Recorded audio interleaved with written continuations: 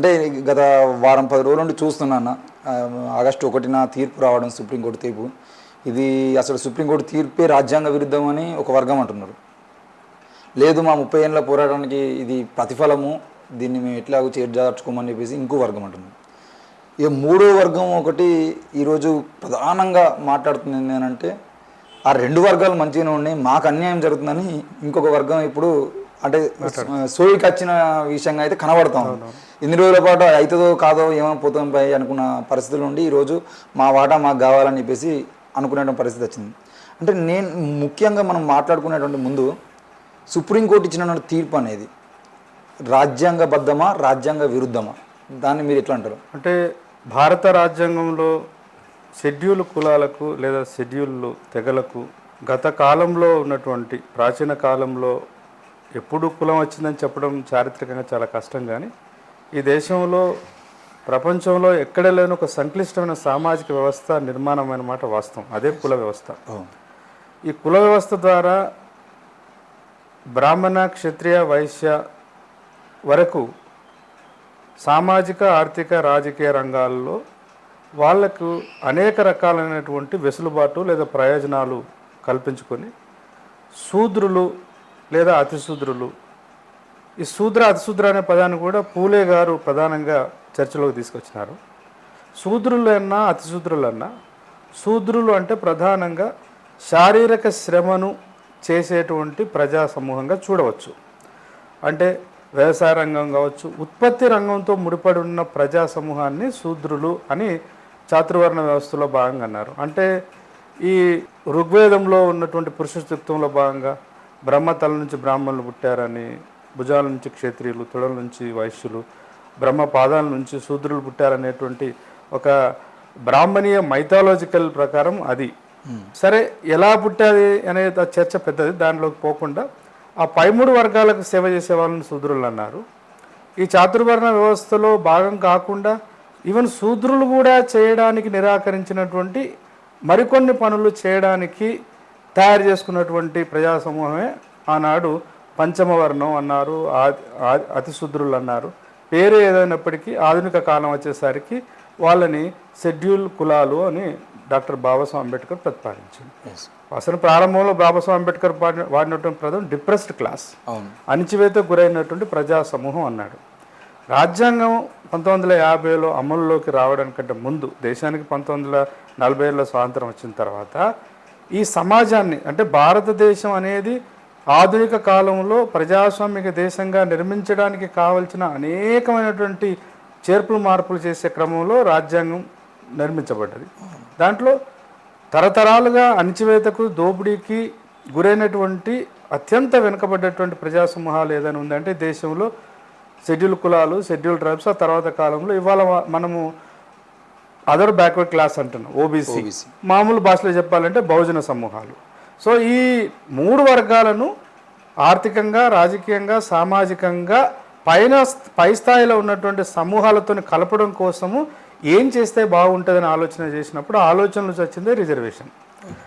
రిజర్వేషన్లు కల్పించిన మాట వాస్తవం.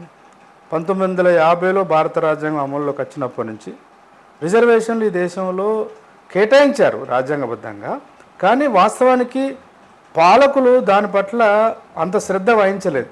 కాబట్టి రాజ్యాంగం అమల్లోకి వచ్చిన 15 సంవత్సరాల తర్వాత ఇక్కడ ఒక మాట చెప్పాలి. బాబాసాహెబ్ అంబేద్కర్ ఆనాడు రాజ్యాంగం నిర్మించిన రాజ్యాంగ నిర్మాతలు, ఎన్ని లోపాలు ఉన్నప్పటికీ నెహ్రూ లాంటి ప్రధానమంత్రి, అప్పటికే దేశ స్వాతంత్ర ఉద్యమానికి నాయకత్వం వహించిన గాంధీ, వీళ్ళందరూ కూడా ఏదో ఒకటి చేసి సమాజాన్ని సమానత్వం వైపు నడిపించాలని కలలుగన్న వాళ్ళే.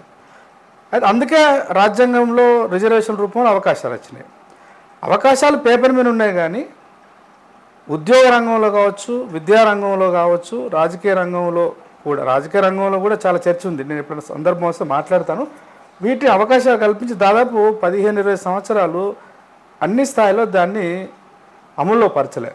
కారణాలు ఏమైనప్పటికీ బాబు జగజ్జీవన్ రామ్ అనేటువంటి అతను కాంగ్రెస్లో ఉండడం, మొట్టమొదటి నాయకుడు ఆఫ్టర్ అంబేద్కర్. ఆయన కాంగ్రెస్లో ఉన్నాడు, అంబేద్కర్ బయట ఉన్నప్పటికీ ఆనాడు వాళ్ళిద్దరే ప్రధానమైన నాయకులు అన్టచబుల్ కమ్యూనిటీస్కి.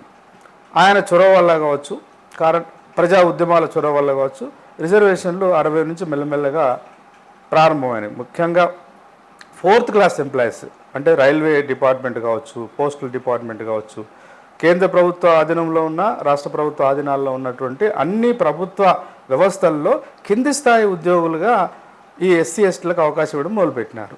సరే 60 నుంచి అనుకున్న 60 నుంచి 70, 80, 90 వరకు ఒక 30-40 సంవత్సరాల తర్వాత సమాజంలో విశ్లేషణ చర్చ జరుగుతూనే ఉంటుంది తమ్మి.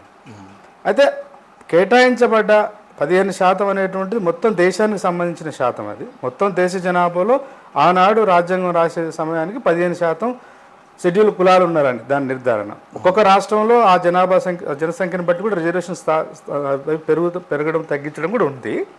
సరే, కల్పించబడ్డ రిజర్వేషన్లను అనుభవించడంలో లేదా కల్పించబడ్డ రిజర్వేషన్ల ఫలాలను అందుకోవడంలో దేశవ్యాప్తంగా చూసినప్పుడు లేదా ఆయా రాష్ట్రాలకు పరిమితం ఆలోచించినప్పుడు ఆయా రాష్ట్రాల్లో అందుబాటులో ఉన్నటువంటి మొత్తం షెడ్యూల్ కులాల జాబితాలో చేర్చబడ్డ సమూహంలో ఈ అంటరాని జాతులలోనే అంటే ఇవాళ షెడ్యూల్ కులాలను ఎవరినైతే అంటున్నామో రాజ్యాంగ భాషలో దాంట్లోనే పై స్థానంలో ఉన్న కులరీత్యా పై స్థానంలో ఉన్న వాళ్ళకి ఆ అవకాశాలకు దగ్గరగా పోయిన మాట వాస్తవం. అన్ని స్థాయిలలో లెక్కలు తీసుకొని చూసినప్పుడు ఎవరెవరైతే ముందున్నారో వాళ్ళే ఎక్కువ స్థానాలను ఎక్కువ అవకాశాలను పొందుతున్నారనే చర్చ 1970లోనే ప్రారంభమైంది. అలా ప్రారంభమైన తర్వాత అయితే అప్పుడు 90లో 2000 కాలం ఉన్నంత గొప్ప చైతన్యం లేదు, కానీ ఒక చర్చ జరగడం ప్రారంభమైంది.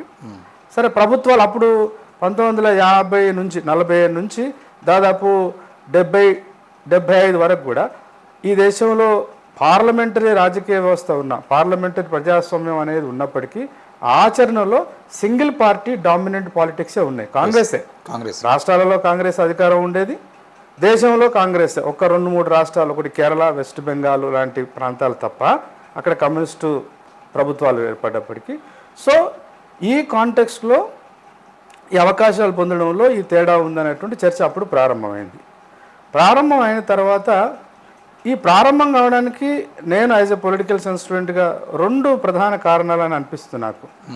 ఒకటేమో బాబాసాహెబ్ అంబేద్కర్ అనంతరం బాబాసాహెబ్ అంబేద్కర్ లేదా రాజ్యాంగం కల్పించినటువంటి ఈ రిజర్వేషన్లు అనేటువంటి ఊతకర్ర సపోర్టివ్ మెకానిజం. అది అన్ని సమస్యలకు పరిష్కారం కాదు. ఈ రిజర్వేషన్లు అనేటువంటి అవకాశాలను వాడుకొని ప్రధానంగా తరతరాలుగా విద్యకు దూరంగా నెట్టివేయబడ్డటువంటి సమూహాలు అక్షరాలను అందుకోవడం ప్రారంభం చేశారు. అక్షరాలు అందుకొని కొంచెం చదువుకున్న తర్వాత చైతన్యం వచ్చిన తర్వాత మెల్లమెల్లగా కింది స్థాయి ఉద్యోగులైన స్వీపర్ కావచ్చు, లేకపోతే రైల్వే కంపార్ట్మెంట్లలో మలమూత్రాలను ఎత్తిపోసేటువంటి నౌకరి కావచ్చు, చిన్న స్థాయి గుమాస్తా ఉద్యోగాలు కావచ్చు, అదైనా అప్పుడు చాలా గొప్పగా చూసినారు. ఎందుకంటే ఎట్టి చేసిన బతుకులు ఒకసారి ఎవరి మీద ఆధారపడకుండా బతికేటువంటి ఒక అవకాశం రావడం అనే దాన్ని మెల్లమెల్లగా ఆ ఫస్ట్ తరం తర్వాత వచ్చిన తరము ఇంకా కొంచెం చైతన్యం అయ్యి రాజకీయ రంగంలో కూడా తమదైన ముద్ర వేయడానికి ప్రారంభం చేసినారు. అలా పంజాబ్లో ఈ వర్గీకరణకు సంబంధించి అంటే సుప్రీంకోర్టు జడ్జిమెంట్ పాయింట్ ఆఫ్ వ్యూలో పంజాబ్ రాష్ట్రంలో మొట్టమొదటిసారిగా అక్కడ 25% రిజర్వేషన్లు షెడ్యూల్ కులాలకు కేటాయించబడ్డాయి. ఎందుకంటే జనాభాలో వాళ్ళు 25% ఉన్నారు కాబట్టి 20% చట్టబద్ధంగానే కేటాయించారు. కేటాయించబడ్డ 25%లో అక్కడ ఇప్పుడు మన తెలంగాణ లేదా ఆంధ్రప్రదేశ్లో ఎట్లయితే 59 కులాలు ఉన్నాయో ఈ జాబితాలో ఈ షెడ్యూల్లో ఈ పట్టికలో అక్కడ 35 కమ్యూనిటీస్ ఉన్నాయి. 35 అంటరాని కులాలు అంటామా లేదా దళిత కులాలు, షెడ్యూల్ కులాలు ఉన్నాయి. ఈ 35 సంఖ్య ఉన్నప్పటికీ ప్రధానంగా మళ్ళా ఇక్కడ ఎట్లయితే మాలా మాదిగ సంఖ్యాపరంగా ఎక్కువ ఉన్నారో అక్కడ కూడా కేవలం 2 సమూహాలే ప్రధానమైనటువంటి జనసంఖ్య కలిగిన ఇచ్చినటువంటి 25%లో దాదాపు 50% పైసలకు రిజర్వేషన్లను పొందడంలో ముందున్నటువంటి కమ్యూనిటీస్ 2. ఒకటి ముజువాహి అనేటువంటి కమ్యూనిటీ ఒకటి, రెండోది ఇంకొకటి వాల్మీకి. సో ఈ 2 కమ్యూనిటీసు పంజాబ్లో బాగా ఉన్నాయి. అట్లాగే మహారాష్ట్రలో మహర్స్ ఉన్నారు. ఉమ్మడి ఆంధ్రప్రదేశ్ తెలుగు భాష మాట్లాడుతున్న తెలుగు రాష్ట్రంలో మాలలు ఉన్నమాట వాస్తవం. అట్లాగే ఉత్తరప్రదేశ్, బీహార్ లాంటి ప్రాంతాలకు వెళ్తే రవిదాసులు, చమార్స్ ఉన్నారు. అట్లా ఒక్కొక్క ప్రాంతంలో ఒక్కొక్క ప్రజా సమూహము 2-3 సమూహాలు ముందున్నాయి. ఈ ముందున్న సమూహాలు మెల్లమెల్లగా ఏం చేసినాయంటే విద్యా ఉద్యోగ అవకాశాలు తీసుకున్న తర్వాత చైతన్యం వచ్చి ఆత్మగౌరవంగా బతకడం మా హక్కు అని గ్రహించినప్పుడు గ్రామాలలో పట్టణాలలో అంటరానితనం అనేది అప్పటికీ ఇంకా రూపుమాపబడకపోయేసరికి తిరుగుబాటు చేయడం మొదలుపెట్టినారు, ప్రశ్నించడం మొదలుపెట్టినారు. తిరుగుబాటు ప్రశ్నించడం, ఊళ్ళో ప్రారంభమైన తిరుగుబాటు ప్రశ్నించడం అనేటువంటిది రాజకీయాలను కూడా వాళ్ళు అంటే కాంగ్రెస్ పార్టీని ఓడించేంత శక్తి వాళ్ళకి లేదు, కానీ రాజకీయాలను గెలుపు ఓటంలో నిర్ణయించే స్థాయికి వెళ్ళినారు వాళ్ళు. ఒకప్పుడు పడ్డది దీనికి బీజం. పంజాబ్ రాష్ట్రంలో అప్పుడు జ్ఞాన్ జైల్ సింగ్ అని ఉండే, ఆయన తర్వాత రాష్ట్రపతి కూడా పనిచేసినాడు మన దేశానికి. అప్పుడు 1976లో పంజాబ్ రాష్ట్రానికి ఆయన ముఖ్యమంత్రి. పంజాబ్లో ఏ సమూహాలు కూడా అంటరాని జాతులుగా ఉన్న వాళ్ళు అక్కడ ఎస్సీలు ఎవరు మాకు వర్గీకరణ కావాలని అడగలే, కానీ ప్రభుత్వమే తనకు తానుగా పూనుకొని ఒక చర్చ పెట్టి, చర్చ న్యాయమైందే, నేను చర్చ తప్పనట్లే. 35 కమ్యూనిటీలలో కేవలం 2 కులాలే కల్పించబడేటువంటి 25%లో 50% పై వాళ్ళే అనుభవిస్తున్నారు. కాబట్టి దీంట్లో ముందుకు ఎదిగిన వాళ్ళు, వెనుకబడ్డ వాళ్ళు ఉన్నారు. దీన్ని విభజించాలని 2 భాగాలు విభజించినారు, గ్రూప్ ఏ గ్రూప్ బి అని పెట్టారు. పెట్టిన మాట వాస్తవం, అట్లా చాలా కాలం అది కొనసాగింది. అయితే దీని వెనకాల రాజకీయ కోణం ఉంది అనేది చెప్పడం నా యొక్క ఉద్దేశం ఈ కాంటెక్స్ట్లో. అది అట్లా కాంగ్రెస్ విభజించింది. అప్పుడు విభజించి చాలా కాలం జరిగింది, విభజన జరిగింది. ఆడ కొంత అనుభవంలో అది చేయడం వల్ల కింద స్థాయిలో ఉన్న వాళ్ళు కొంత ఎదిగిన మాట వాస్తవం. అక్కడ చమార్లు చాలా తక్కువ, వాళ్ళకు కొంత లాభం జరిగింది. ఆ తర్వాత దాన్ని చూసి పక్కనే ఉన్నటువంటి హర్యానాలో కూడా అట్లాంటి ప్రయత్నం ఒకటి జరిగింది. సో 1976లో ప్రారంభమైన విభజన అంటే ఉమ్మడి జాబితాల్లో ఉపవర్గీకరణ చేయాలి అనే ఆలోచన సమాజం నుంచి కొంత ఉన్నప్పటికీ ప్రధానంగా అధికారం ఉన్న పార్టీలు ఎందుకు చేశారనే ప్రశ్న వేసుకుంటే, అక్కడ 1970-75 కాలానికి అకాలీదళ ఉద్యమం అనేది పంజాబ్లో వచ్చింది. బహుశా అకాలీదళ ఉద్యమం అనేటువంటి సిక్కుల యొక్క ప్రత్యేక ప్రాతినిధ్య రాజకీయాలను వాళ్ళు వ్యక్తీకరిస్తున్నారు. అయితే ఈ ముజవాయి అనేటువంటి కమ్యూనిటీ ఏదైతే ఉందో షెడ్యూల్ కులాల్లో ముందు వరుసలో ఉన్నది, by religion they are converted Sikhs. So అందుకని వాళ్ళు సిక్కు సమూహంతో అసోసియేట్ అయ్యి కాంగ్రెస్ యొక్క రాజకీయాలకు అక్కడ కొరకరాని కొయ్యలేతాయన్నారు.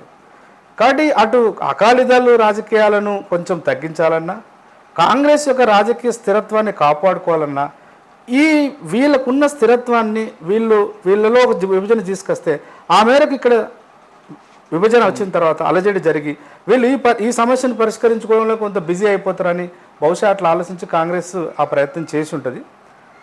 కాంగ్రెస్ చేసినప్పటికీ అది రాజకీయ కోణము, బట్ అలా చేయడం న్యాయమైంది అనేది నా అభిప్రాయం.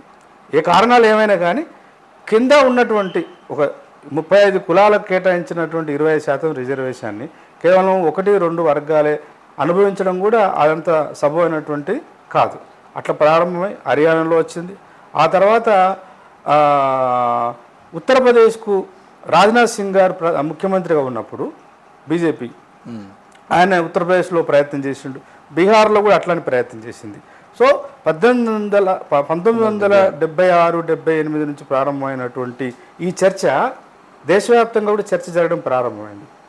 ఆ కాంటెక్స్ట్లోనే మన తెలుగు రాష్ట్రాలుగా అప్పుడు ఉమ్మడి ఆంధ్రప్రదేశ్ ఉండే 94లో మందకృష్ణ మాదే గారి ఆధ్వర్యంలో ప్రకాశం జిల్లా ఈదుమూడు గ్రామంలో ఈ మాదిగ రిజర్వేషన్ పోరాట సమితి అనేటువంటి ఒక సంఘం ఏర్పడి ఆ సంఘము చర్చ పెట్టడం జరిగింది. ఇక్కడ తెలుగు రాష్ట్రంలో కూడా ప్రభుత్వం కల్పించినటువంటి లేదా రాజ్యాంగం కల్పించినటువంటి 15% రిజర్వేషన్ని ఈ 59 సమూహాల్లో సింహభాగాన్ని ఇక్కడ విద్యాపరంగా చైతన్యపరంగా ముందు వరుసలో ఉన్నటువంటి మాల సమూహము ప్రధానంగా సింహభాగం అనుభవిస్తుంది అనేది అది పెట్టినటువంటి చర్చ.